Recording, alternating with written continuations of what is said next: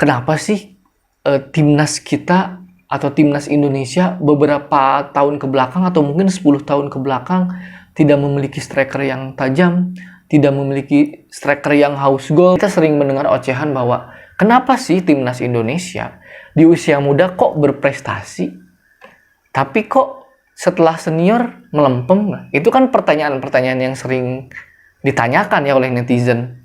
Jawabannya sederhana. Kalau kata Bambang Pamungkas, musuh pesepak bola itu 3. Cedera, kejenuhan, dan popularitas. Yang paling bahaya adalah popularitas. Kenapa? Karena popularitas itu bisa menghanyutkan.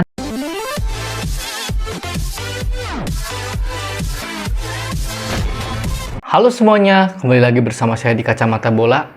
Kali ini saya akan memberikan sedikit ulasan atau catatan mengenai timnas Indonesia pasca kita menjadi runner-up di Piala AFF 2020 kemarin, dan mungkin kedepannya ini akan seperti apa. Nah, seperti yang kita tahu, timnas Indonesia kembali berhasil meraih gelar runner-up untuk ke-6 kalinya sejak tahun 2000, 2002, 2004, 2010, 2016, dan 2020. Jadi ini gelar ke-6 kita sebagai runner-up. Kemudian juga Thailand meraih gelar ke-6-nya, gelar juara ke-6 Piala AFF. Tapi kita jangan berkecil hati karena Indonesia menjadi tim paling fair play. Kemudian Pratama Arahan meraih gelar pemain muda terbaik, dan Indonesia juga menjadi tim paling produktif dengan 20 gol sepanjang gelaran AFF. Dan menariknya adalah dari 20 gol tersebut 11 pemain timnas Indonesia mampu menjebol gawang lawan gitu. Jadi artinya kita tidak bergantung oleh 1 ataupun 2 pemain. Jadi ada 11 orang dari 20 gol, ada 11 orang yang berhasil mencetak gol ke gawang lawan. Dari berbagai lini, ada lini belakang, di pemain tengah, back sayap, sampai striker mungkin. Nah, dan ngomong-ngomong soal striker, nah ini yang menjadi catatan khusus. Banyak yang menghujat para striker timnas seperti Kusayada Hariyudo, meskipun dia jarang sekali ya mendapatkan kesempatan bertanding. Kemudian juga ada Ezra Walian yang dibully habis-habisan sama netizen ketika menghadapi Singapura. Ada juga Hani Sagara yang juga dibully. Ada juga Dedik Setiawan yang di partai leg kedua kemarin juga dibully. Dan kita harus fair ya. Kita harus memahami kenapa sih netizen ini membuli sedemikian rupanya. Meskipun buat saya itu nggak fair. Karena memang kita harus menilai secara objektif bahwa dari keempat pemain timnas ini belum memberikan kontribusi terhadap lini depan timnas. Dari keempat striker timnas ini, praktis hanya Ezra Walian yang berhasil mencetak 2 gol.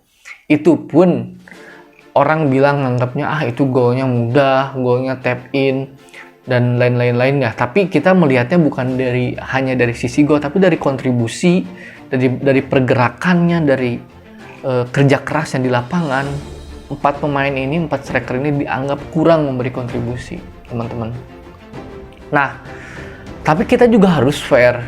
Kenapa sih timnas kita atau timnas Indonesia beberapa tahun ke belakang atau mungkin 10 tahun ke belakang tidak memiliki striker yang tajam, tidak memiliki striker yang haus goal getter misalkan. Kenapa nih? Kita harus menjadi harus kritis terhadap hal ini, tapi tanpa harus mencaci maki ya teman-teman. Nah, kalau kita ingat dulu, paling tidak di ingatan terjauh saya di awal tahun 2000-an sampai awal tahun 2000-an lah, atau di akhir 90-an, kita memiliki striker-striker yang bagus loh.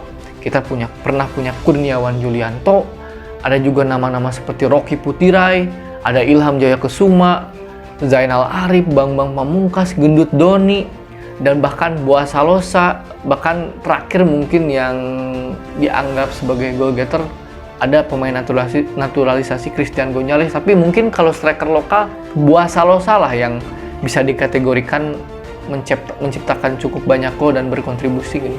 Jadi praktis dalam 10 tahun terakhir timnas tidak memiliki striker yang haus gol gitu ya.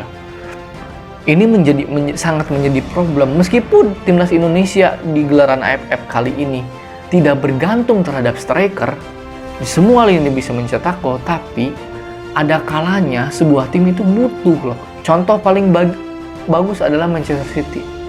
Manchester City ini tim yang paling komplit saat ini menurut saya bersama Bayern Munchen. Mereka begitu mendominasi pertandingan, mereka punya gelandang-gelandang yang produktif, punya sayap-sayap yang produktif, bahkan pemain belakangnya juga produktif. Tapi ada kalanya mereka tersandung oleh tim-tim kecil. Misalkan saya masih ingat mereka pernah dikalahkan oleh Crystal Palace misalkan 2-0 di kandangnya. Nah, ini artinya ketika lini serang City buntu, mereka mungkin mendapat tekanan.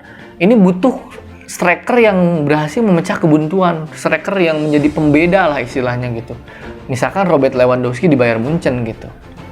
Sekalipun Bayern Munchen sedang di bawah perform, tapi Lewandowski berhasil memanfaatkan setengah peluang menjadi gol gitu. Mungkin pemain-pemain lain butuh beberapa peluang untuk mencetak gol, tapi Lewandowski butuh setengah peluang untuk mencetak gol. Nah, timnas nggak punya striker seperti ini. Nah, problemnya apa? Kembali pada akhirnya kita menyoroti soal kompetisi dalam negeri. Hampir mayoritas seluruh klub, khususnya Liga 1, itu mengandalkan striker-striker asing. Coba Persib, striker asing, Persija, striker asing, dan tim lainnya pun menggunakan striker asing. Jadi striker-striker lokal kita memang kurang jam terbang, kurang diberikan kesempatan. Tapi kita juga harus fair bahwa kenapa tim-tim atau klub-klub di Liga Indonesia ini ingin mengambil striker asing, karena mereka juga ingin kompetitif, mereka ingin juara. Dengan kualitas striker asing yang mungkin bagus, diharapkan mampu mendongkrak lini serang timnya. Dan striker asing yang bagus juga mungkin diharapkan menjadi teladan atau menjadi contoh bagi striker-striker lokal sebagai role model agar meniru atau mencontoh gaya permainannya. Tapi imbasnya ke tim nasional.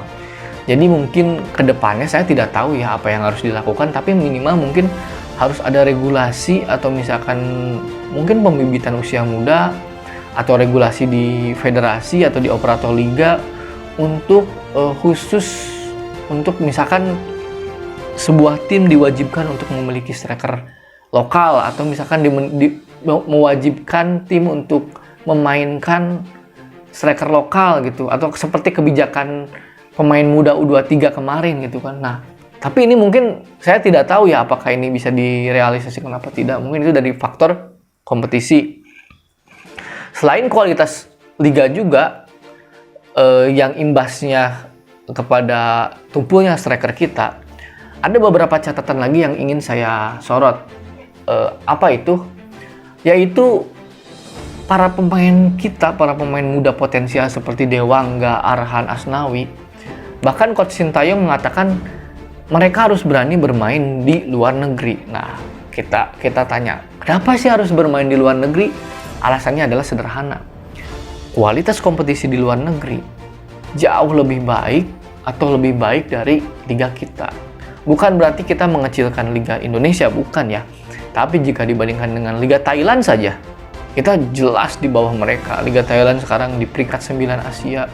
Mungkin Asnawi bermain di Liga Korea, Egy bermain di Eropa, Witan bermain di Eropa. Nah, mungkin yang lain bisa menyusul.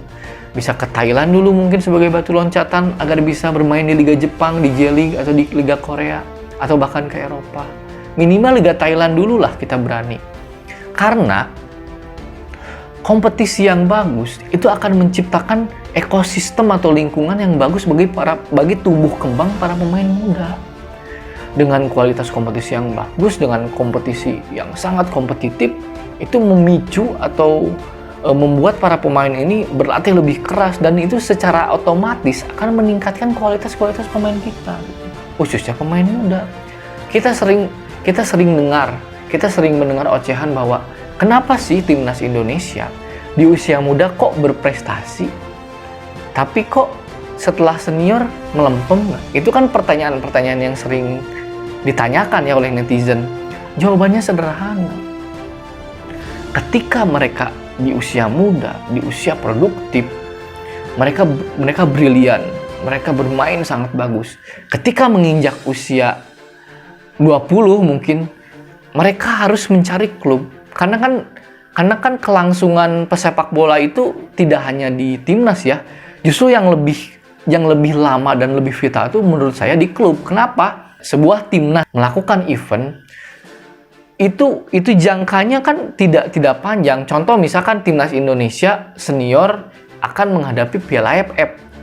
Itu kan paling berkumpul, para pelatih memanggil pemain-pemain yang sesuai kriterianya sebulan sebelum turnamen misalkan, atau 2 bulan. Itu kan nggak 2 bulan full terus-terusan latihan, enggak kan. Kemarin aja kan ketika persiapan AFF, sebulan sebelum liga baru liga diliburkan gitu, atau beberapa minggu gitu. Jadi jika di klubnya saja tidak terasah, bagaimana fisioterapi di klubnya, bagaimana menu latihan di klubnya, bagaimana cara klubnya mengembangkan bibit-bibit muda ini, itu sangat berdampak gitu. Jadi salah satu yang menjadi kenapa sih timnas Indonesia di usia muda itu sangat berprestasi ketika memasuki usia senior melempem, yaitu kualitas liga. Nah, inilah kenapa Sintayong bilang pemain muda harus berani keluar. Ini dampaknya kemana-mana akhirnya kan. Nah, itu jadi teman-teman kenapa di usia tua para pemain kita tidak sebaik di usia muda kan, sering dikatakan lah gitu. Nah, lalu juga yang saya soroti adalah soal popularitas. Tidak dipungkiri, kita ingatlah timnas U19 tahun 2013 era Evan Dimas, Hansa Muyama, Maldini Pali dan lain-lain. Sorotan media begitu luar biasa. Bahkan mereka sering menjadi bintang tamu, sering dibicarakan bahkan hal-hal pribadinya, orang tuanya, sering kan kita lihat di acara-acara TV, talk show dan lain-lain. Di satu sisi, mungkin itu apresiasi dari media, betapa bangganya kita mempunyai timnas itu. Tapi di sisi lain, ini pemain muda, pemain yang minim pengalaman, disorot begitu kencang oleh media, dipuja-puji, belum juga popularitas yang tinggi, belum ada tawaran iklan dan lain-lain. Ini akan mengganggu konsentrasi pemain. Sehingga ketika konsentrasi pemain sudah terganggu, tidak fokus lagi bermain sepak bola, fokus akan menurun. Yang imbasnya itu terhadap kualitas pemain itu sendiri gitu. Belum lagi yang terbaru Pratama Arhan, katanya sebelum final followersnya 200.000, setelah final 2,2 juta. Jika Arhan tidak bisa mengelola ini bahaya bagi masa depannya. Itu loh. Jadi kalau kata Bambang Pamungkas, musuh pesepak bola itu 3. Cedera, kejenuhan, dan popularitas. Yang paling bahaya adalah popularitas. Kenapa? Karena popularitas itu bisa menghanyutkan. Gitu. Puja-puji yang berlebihan. Gitu. Membuat pemain tidak fokus. Jadi saya setuju apabila para pemain ini harus berani keluar negeri. Gitu. Carilah pengalaman sebanyak-banyaknya. Meskipun gajinya mungkin tidak fantastis di sini, tapi saya sarankan untuk bermain di luar karena kita harus harus mau berkembang kalau tim nasional kita ingin maju, dan klub-klub pun jangan menghalang-halangi ketika para pemainnya dilirik oleh tim-tim besar di luar negeri gitu. Dan mungkin terakhir PSSI mungkin harus sudah mulai memikirkan ya masalah ini gitu, karena ini berulang lagi dan berulang lagi gitu. Banyak sekali pemain muda potensial yang di usia matangnya tidak berkembang. Jadi banyak sekali pemain-pemain muda kita yang layu sebelum berkembang. Ini harus menjadi sorotan, ini harus menjadi PR, harus dipikirkan bersama oleh federasi dan seluruh stakeholder sepak bola Indonesia. Mungkin segitu dulu pemirsa semua, pemirsa Kacamata Bola. Sekian dari saya dan salam olahraga.